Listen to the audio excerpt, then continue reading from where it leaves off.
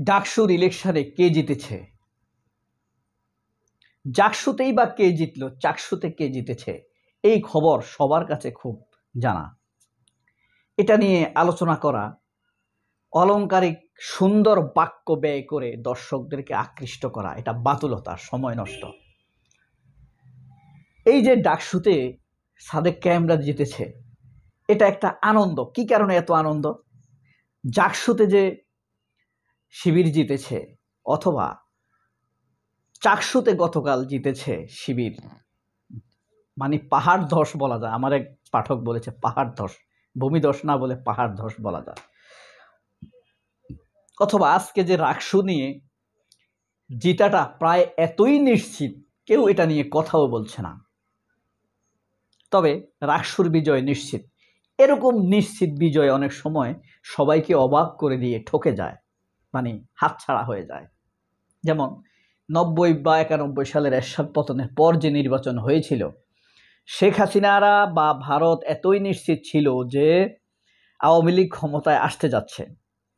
নির্বাচনের দিনে তারা গরু জবাই করে ভোট গণনার রুমে বসেছিল, বড় টিভির সামনে বসেছিল। একটু পরে রান্না করা গোস্ত আসছে, খাচ্ছে। কে কোন মন্ত্রী হবে সেটাও ঠিক হয়ে গিয়েছিল। ভারত ইঙ্গিত দিয়ে দিয়েছিল, তোমরা মন্ত্রী পরিষদ গঠন করে ফেলো। ভোটের অনেক আগেই সম্ভাব্য মন্ত্রী পরিষদ গঠন করে ফেলেছে শেখ হাসিনা। কিন্তু ভোটের দিন যতই রাত বাড়তে থাকে, ততই আওয়ামী লীগ নেতাদের গাল ঝুলে যেতে থাকে। টেনশন, সম্ভাবনা, অসম্ভব হতাশায় শেষ পর্যন্ত তারা 86টি সম্ভবত আসন পেয়েছে, বা আরো কম। তো রাকসু কি এরকম হবার সম্ভাবনা আছে? নেই ইনশাল্লাহ।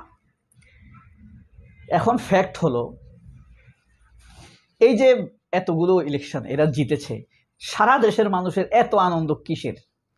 তাদের পকেটে 2 টাকা 5 টাকা ঢুকেছে না। এই কারণে মানুষ আনন্দিত যে তারাও পছন্দ করে এদেরকে। ছাত্রদের পছন্দের সাথে তাদের পছন্দ মিলে গিয়েছে, এই কারণে সে আনন্দিত। আপনি কেন আনন্দিত বলেন তো?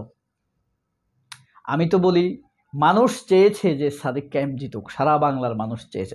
ডাকসুর কথা বলছে, ছাত্ররাও চেয়েছে। অর্থাৎ ছাত্রদের সাথে গণমানুষের একটি ঐক্য গড়ে উঠেছে, spiritual unity, the United student and public বা পপুলেশন ঐক্য হয়ে গিয়েছে। একটা না বলা, একটা অনানুষ্ঠানিক শব্দহীন ঐক্য, মানে হৃদয়ের ঐক্য হয়ে গিয়েছে।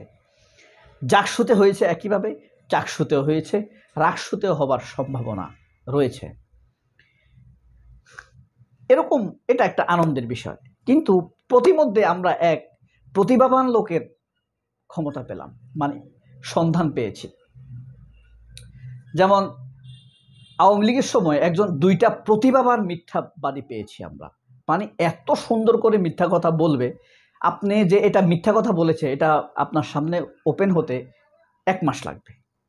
এটার কারণ হলো, তারা মিথ্যা কথা বলবে, মিডিয়া এই মিথ্যাটাকেই প্রচার করবে। যেমন কেউ একজন বলছে খালেদা জিয়া জানজুয়ার সাথে খারাপ সম্পর্ক আছে, এটাকে প্রচার করার জন্য ডিবিসি মিথ্যাবাদীর সাক্ষাৎকার নিয়েছে। সে আবার সেনাবাহিনীর লোক। জি টিভি, গাজী টিভি এটার সাক্ষাৎকার নিয়েছে, যমুনা টিভি এটার সাক্ষাৎকার নিয়েছে। আবার ডাক্তার মুরাদ তারেক রহমানের মেয়েকে নিয়ে মিথ্যাচার করেছে, বিশ্রী কথা বলেছে।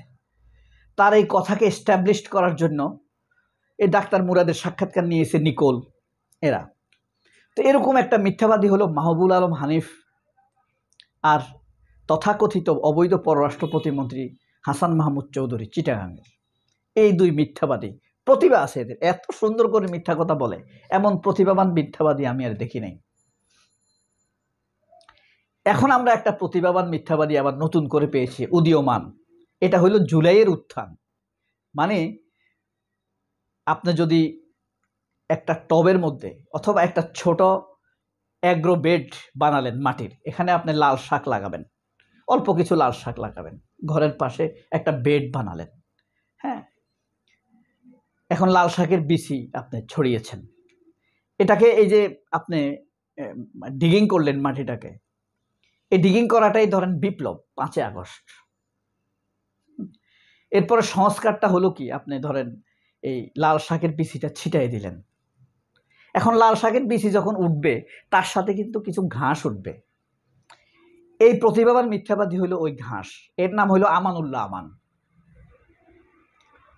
ছাত্র দলের কেন্দ্রীয় সাংগঠনিক সম্পাদক। সত্য কথা পদের নাম সব বলে দিলাম। এই 5ই আগস্টের পর নতুন এক প্রতিভাবান মিথ্যাবাদীর উত্থান হয়েছে। রাকসুর ইলেকশনের দিন সেখানে খাবার বিতরণ হচ্ছে, সেই খাবার বিতরণের একটা ছবি তুলে সে এটাকে প্রচার করেছে ছাত্র শিবির অস্ত্র বিতরণ করছে। মিথ্যাটা কোন লেভেলের হতে পারে? ছাত্র শিবিরের উপরে মিথ্যা অপবাদ দিয়ে যে পরিমাণ অত্যাচার হয়েছে দেশের মানুষের উপরে, মানুষের কাছে এটা আগেও পরিষ্কার ছিল, এখন এটা মানুষ প্রকাশ করতে এবং স্বীকার করতে ভয় পায় না, নির্ভীক হয়েছে।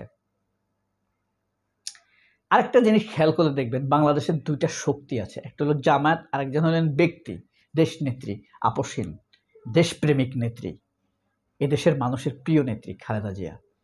খালেদা জিয়াকে যেই টার্গেট করেছে খারাপ উদ্দেশ্যে, মিথ্যা কথা বলেছে খালেদা জিয়ার বিরুদ্ধে, সে চূড়ান্তভাবে পচে গিয়েছে, তার পতন হয়েছে।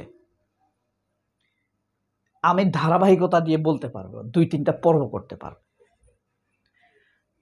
ঠিক একইভাবে জামায়াতকে সাংগঠনিকভাবে যারা টার্গেট করেছে তারা এত অপমানিত, লাঞ্ছিত হয়েছে যার আর কোনো শেষ নেই।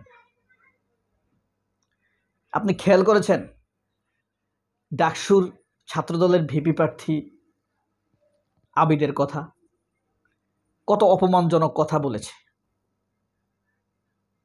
আপনি শাহেদ আলমের কথা বলে মনে আছে, চেনেন শাহেদ আলমকে? পচা মাল, নাম শুনলেই দুর্গন্ধ আসে। আপনি বলেন তো, আপনার হৃদয় থেকে তার জন্য কোনো সম্মান আসে? 1% সম্মান বের হয়? আসবে না।